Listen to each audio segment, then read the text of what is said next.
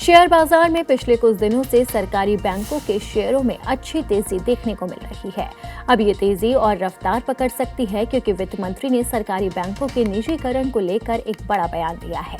दरअसल कुछ दिन पहले न्यूज एजेंसी रॉयटर्स ने एक रिपोर्ट में कहा था कि केंद्र सरकार पीएसयू बैंकों में प्रत्यक्ष विदेशी निवेश की लिमिट बढ़ाकर 49% कर सकती है। इन अटकलों के चलते SBI, Punjab national bank, bank of Baroda और केनरा बैंक समेत कई शेयरों में अच्छी खरीदारी देखने को मिली। इसी कड़ी में वित्त मंत्री निर्मला सीतारमण ने कहा है कि सरकारी बैंकों के निजीकरण से वित्तीय समावेशन और राष्ट्रीय हित प्रभावित नहीं होगा। उन्होंने कहा कि जहां तक वित्तीय समावेशन का सवाल है तो साल 1959 में किए गए बैंकों के राष्ट्रीयकरण से अपेक्षित परिणाम नहीं मिले हैं।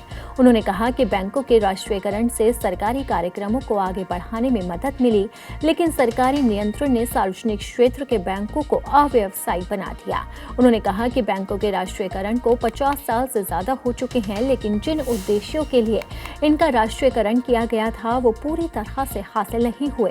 वित्त मंत्री निर्मला सीतारमण ने कहा कि ये धारणा पूरी तरह से गलत है कि अगर आप बैंकों को निजीकरण करेंगे तो उनका सभी तक पहुंचने का उद्देश्य खत्म हो जाएगा। उन्होंने जोर देकर कहा है कि जब बैंकों को पेशेवर रूप से काम करने की अनुमति दी जाती है और फैसले बोर्ड द्वारा लिए जाते हैं तो राष्ट्रीय हित के साथ बैंकिंग हित भी पूरे होते हैं। वित्त मंत्री ने पूर्व में सार्वजनिक क्षेत्र के बैंकों के दुरुपयोग को याद करते हुए कहा है कि इसके परिणाम स्वरूप बैलेंस शीट में गिरावट आई और इसे ठीक करने में लगभग 6 साल लग गए।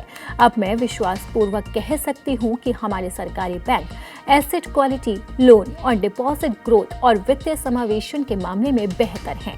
सरकार ने अगस्त 2019 में सार्वजनिक क्षेत्र के बैंकों के 4 बड़े विलय का ऐलान किया था, जिससे उनकी कुल संख्या साल 2017 से 27 से घटकर 12 हो गई। 1 अप्रैल 2020 से प्रभावी यूनाइटेड बैंक ऑफ इंडिया और ओरिएंटल बैंक ऑफ कॉमर्स का पंजाब नेशनल बैंक में विलय कर दिया गया।